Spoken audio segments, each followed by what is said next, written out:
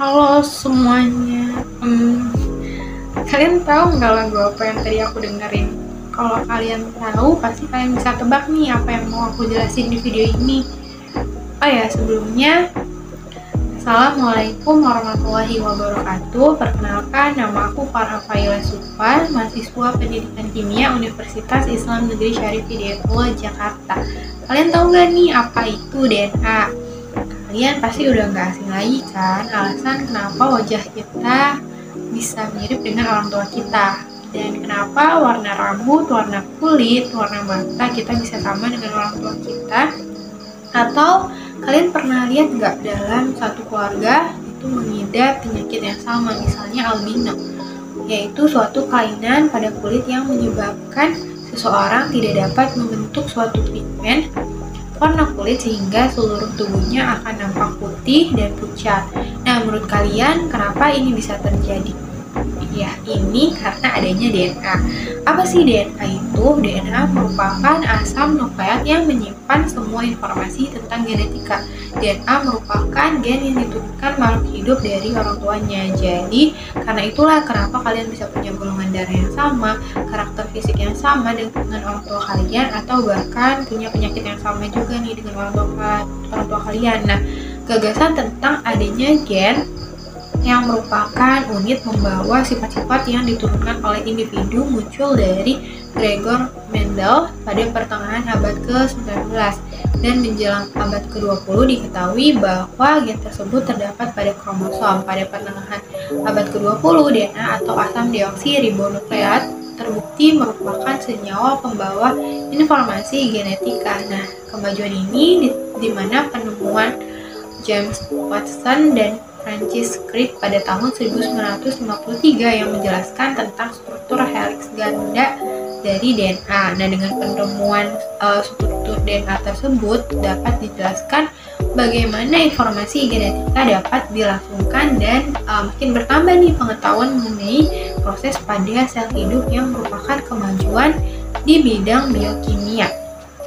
Ada jauh dari waktu tersebut, Allah Subhanahu wa Ta'ala pada surat Al-Furqan ayat 54 sudah menjelaskan mengenai penciptaan manusia dan keturunan. Wa huwallazi khalaqa minal ma'i basyaran faja'alahu nasaban wa sihra wa kana rabbuka qadira. Artinya, dan dia pula yang menciptakan manusia dari air mani, lalu ia jadikan manusia itu punya keturunan dan musaharah, dan adalah Tuhanmu Maha Kuasa. Hanya Allah lah semata yang telah menciptakan manusia dari air mani, kemudian dirinya dikembangbiakkan anak keturunan yang banyak dan menjadikan mereka bernasab dan berbesanan, berpisah-pisah dan berkelompok. Ayat tersebut menjelaskan konsep DNA yang merupakan membawa informasi genetik, sehingga tercipta manusia yang berbeda-beda sifatnya dan karakternya berdasarkan pembawaan sifat dari orang tua mereka masing-masing. Nah, kemudian gagasan mengenai terciptanya janin atau manusia dari pencampuran sperma dan ovum, menurut sains ini ditemukan pada abad ke-18. Namun jauh sebelum itu, seperti yang telah dijelaskan ayat sebelumnya tadi, Allah telah menjelaskan penciptaan manusia dari air mani. Nah, pada Quran surat Al-Insan ayat 2, Inna khalaqnal insana min nutfatin amsyajin nabtalihi faj'alnahu sami'an basira. Yang artinya sesungguhnya kami telah menciptakan manusia dari setetes mani yang bercampur, yaitu sperma dan ovum, yang kami hendak mengujinya dengan perintah dan larangan. Karena itu kami jadikan dia mendengar dan melihat.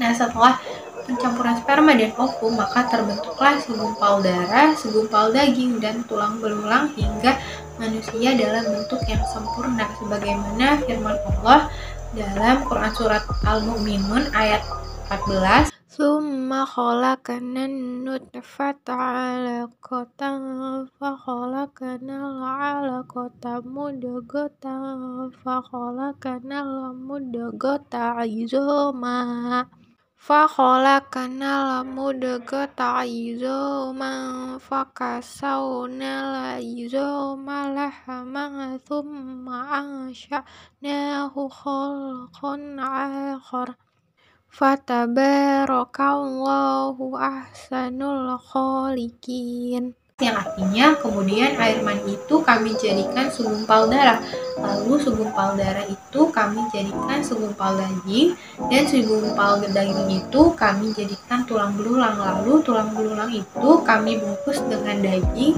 kemudian kami jadikan dia makhluk yang berbentuk lain. Maka Maha Suci Allah pencipta yang paling baik.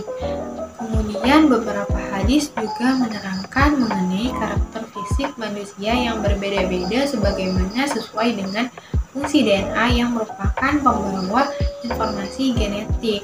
Nah, bunyi hadisnya yaitu sesungguhnya Allah Azza wa Jalla menciptakan Adam dari segenggam tanah yang diambilnya dari seluruh permukaan bumi, dan anak Adam tercipta sesuai dengan kadar tanah dari segi warna dan karakternya, sehingga di antara mereka ini ada yang berkulit putih, merah, hitam, dan ada yang gabungan dari semua itu, dan ada yang jelek dan ada yang baik, serta ada yang lembut dan ada yang kasar, dan ada yang gabungan dari semua itu. Hadis riwayat Ahmad bin Hanbal. Nah, Allah telah menggariskan nih sejumlah mekanisme hukum ilahiyah atau hukum alam yang baku untuk proses perpindahan karakter genetik atau keturunan dari orang tua ke anak jauh-jauh hari sebelumnya, di mana hukum-hukum ini atau dalam sains ini baru terkuak oleh jangkauan ilmu-ilmu konvensional pada akhir abad ke-19 ketika ilmuwan berkebangsaan Swiss bernama Gregor Johann Mendel berhasil membuktikan wacana turun-temurunnya karakter-karakter manusia ini melalui serangkaian percobaan awal pada tanaman buncis atau kacang polong selama rentan waktu 1865 sampai 1869 dengan kesimpulannya yaitu adanya pernyataan bahwa karakter-karakter genetik atau turunan mengalami mutasi atau perpindahan dari orang tua ke anak pada organisme yang berkembang biak dengan reproduksi atau dengan mekanisme perkawinan.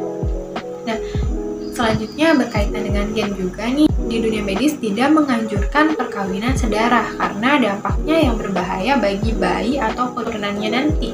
Nah, larang perkawinan semuhrim ini juga dijelaskan dalam Al-Quran surat An-Nisa ayat 23 di mana Allah berfirman yang berbunyi diharamkanlah atas kamu mengawini ibu-ibumu, anak-anakmu yang perempuan, saudara-saudaramu yang perempuan, saudara-saudara bapakmu yang perempuan, saudara-saudara ibumu yang perempuan, anak-anak perempuan dari saudara-saudaramu yang laki-laki, anak-anak perempuan dari saudara-saudaramu yang perempuan, ibu-ibumu yang menyusukan kamu, saudara perempuan sepersusuan, ibu-ibu istrimu, anak-anak istrimu yang dalam pemeliharaanmu dari istri yang telah kamu campuri.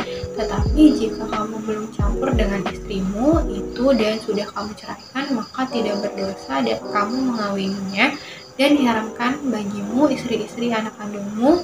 Nah, hal ini ayat ini mensyaratkan pada kita bahwa hendaknya kita tidak menikah dengan orang-orang yang masih mempunyai hubungan darah yang dekat dengan kita atau muhrim kita.